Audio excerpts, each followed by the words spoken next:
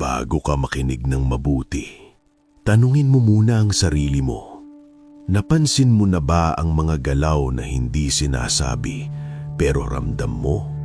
Yung mga tingin na hindi diretsyo, ang katahimikan na parang may ibig ipahiwatig. Hindi ito tungkol sa diskarte o panliligaw.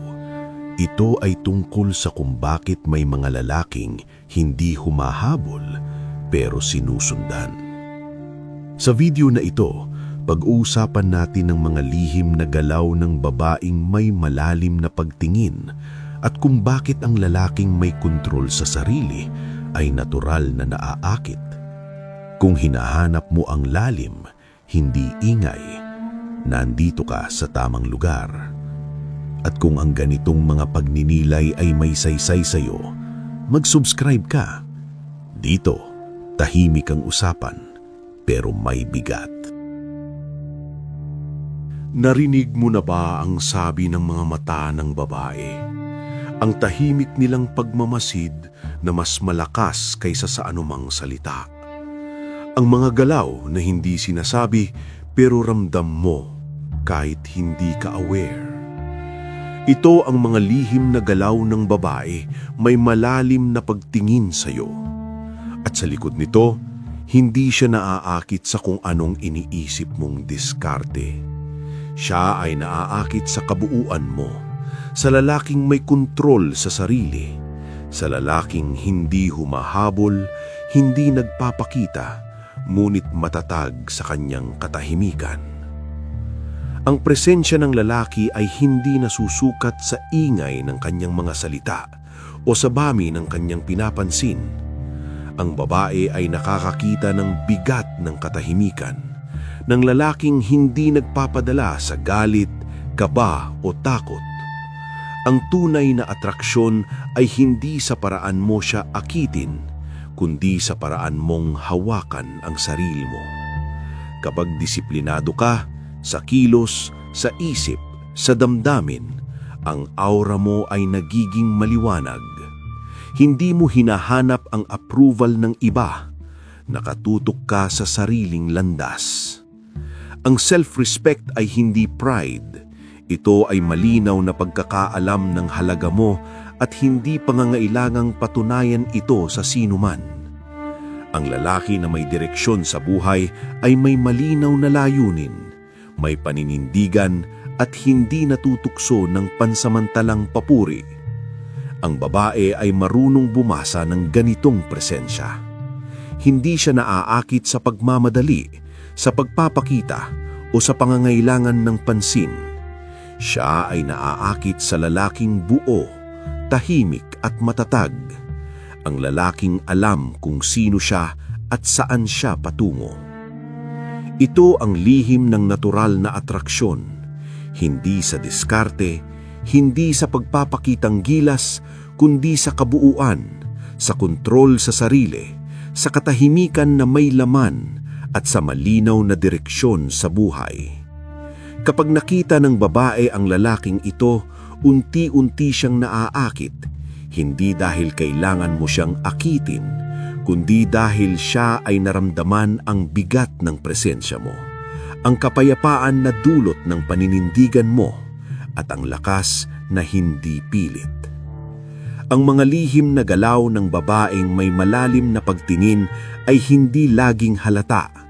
Ngunit kung tahimik kang matatag, may disiplina, may direksyon at may respeto sa sarili, mapapansin mo sa bawat sulyap, sa bawat sandali, sa bawat katahimikan na nag-uusap ng mas malalim kaysa sa anumang salita, ang tunay na koneksyon ay nabubuo, hindi sa paghabol o sa pagpapakitang diskarte, kundi sa kabuuan, sa pagiging buo, sa pagiging lalaki na kumpleto sa sarili.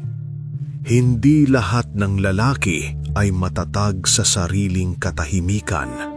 Marami ang nagpapadala sa emosyon, galit, kaba, takot, o pangangailangan ng pansin. Ngunit ang lalaking natural na naaakit ng babae ay iba. Hindi siya natitinag sa bawat hamon o pagtuligsa. Hindi siya sumasabay sa agos ng damdamin na walang direksyon. Sa katahimikan niya, ramdam mo ang kontrol. Hindi pinipilit ang mundo na makiisa sa kanya. Hindi hinahayaan na ang pangyayari ang magdikta ng estado ng isip niya. Disiplina ang pundasyon. Hindi ito tungkol sa pag-iwas sa kasiyahan o sa paghihigpit sa sarili. Ito ay tungkol sa malinaw na pamantayan sa sarili. Alam niya kung ano ang tama, kung ano ang mahalaga, at hindi siya natutukso ng mga bagay na magwawala sa kanya sa tamang landas. Kapag ang lalaki ay may ganitong disiplina, ang babae ay nakakakita, hindi sa panlabas na kilos, kundi sa paraan ng kanyang presensya. May bigat siya, may lalim, may tahimik na kapangyarihan.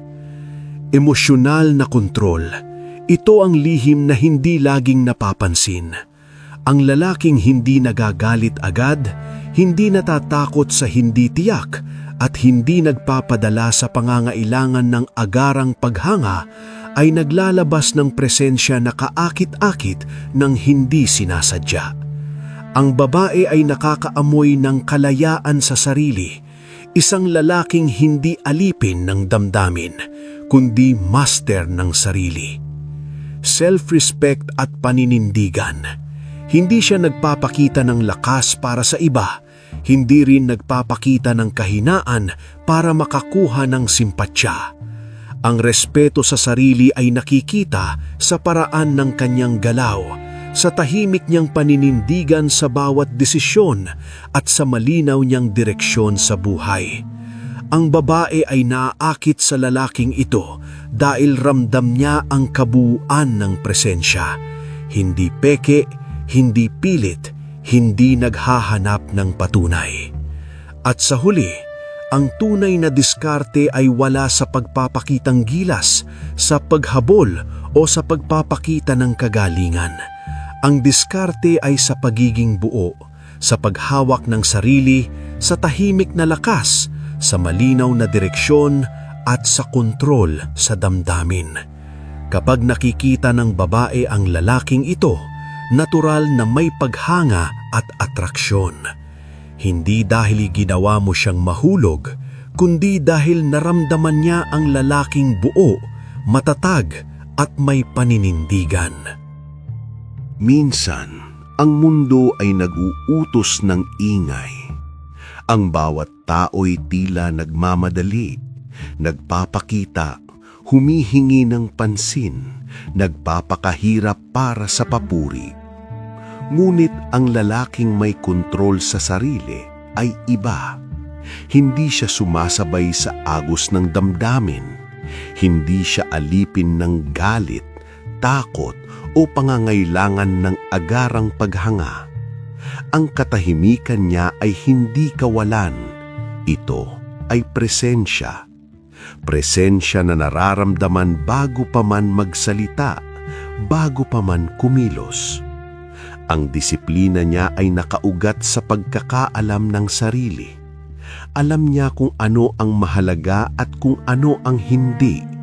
Alam niya kung paano maghintay ng hindi nag-aalangan, kung paano gumawa ng desisyon ng malinaw at kung paano panindigan ang sariling landas kahit na walang nakatingin. Sa bawat hakbang, bawat galaw, bawat katahimikan, lumalabas ang bigat ng kanyang presensya. Ito ang hindi kayang ipeke, ang aura ng lalaking hindi umaasa sa iba, kundi sa sarili. Ang babaeng may malalim na pagtingin ay marunong bumasa ng ganitong katahimikan. Hindi niya kailangan ng salita o demonstrasyon. Nakikita niya ang lalaking buo. Nakikita niya ang lalaking tahimik pero may direksyon. Nakikita niya ang lalaking may kontrol sa sarili at hindi natutukso ng ingay ng mundo. At sa paningin niya, unti-unti nabubuo ang paghanga dahil ang lalaking ito ay hindi humihingi ng patunayan, Hindi umaasa sa kanyang pansin, kundi may sariling bigat at paninindigan. Emosyonal na kontrol, hindi ito biro, hindi ito simpleng pagkakaalam kung paano itago ang damdamin. Ito ay tungkol sa mastery ng sarili, ang kakayahang hindi ipaalam ang takot, hindi pabayaan ang galit, at hindi paganahin ang pangangailanan ng papuri sa sariling desisyon. Kapag may lalaking ganito, ang babae ay nakakaamoy ng kalayaan sa sarili, isang uri ng presensya na hindi basta-basta matatawaran. Sa dulo, ang diskarte ay hindi nasa galaw mo o sa salita mo. Ang diskarte ay nasa pagiging buo mo, sa katahimikan mo, sa disiplina mo, sa kontrol mo sa damdamin at sa malinaw mong direksyon sa buhay. Ang babaeng may malalim na pagtingin ay naaakit sa lalaking ganito. Hindi dahil may ginawa ka para siya'y mahulog, hindi dahil sinadyang akitin siya, kundi dahil ramdam niya ang kabuuan mo. Ang lalaking matatag, tahimik, may bigat, at may presensya na hindi kailanman kailangang patunayan. Sa huli, hindi tungkol sa pagpapakita o sa paghihikayat. Ang tunay na atraksyon ay hindi nakukuha sa galaw o salita, kundi sa kabuuan ng pagkatao. Ang lalaking may kontrol sa sarili ay hindi nagmamadali sa paghahanap ng approval, hindi nag-aalab sa bawat pagtingin, at hindi umaasa sa pansin ng iba. Ang kanyang katahimikan ay may bigat, ang kanyang presensya ay malalim at hindi kayang ipeke. Ang disiplina niya ay malinaw sa bawat kilos, sa bawat desisyon, sa bawat sandali ng kanyang buhay. Hindi siya alipin ng damdamin, siya ang master ng sarili. Hindi natitinag sa galit o kaba, hindi hinahayaan ng takot o pagnanais ng papuri na diktahan ng kanyang landas. Sa katahimikan at kontrol na ito, lumalabas ang isang presensya na natural na kaakit-akit, hindi sa pilitan, hindi pilit, kundi bunga ng kabuuan. Ang self-respect at paninindigan ay nakikita sa paraan ng kanyang paglakad sa mundo.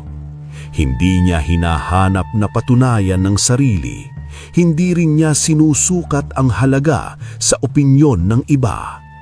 Ang malinaw niyang direksyon sa buhay, ang layunin at pamantayan na hindi nagbabago sa bawat simoy ng hangin, ay nagbibigay ng aura ng kalayaan at tibay.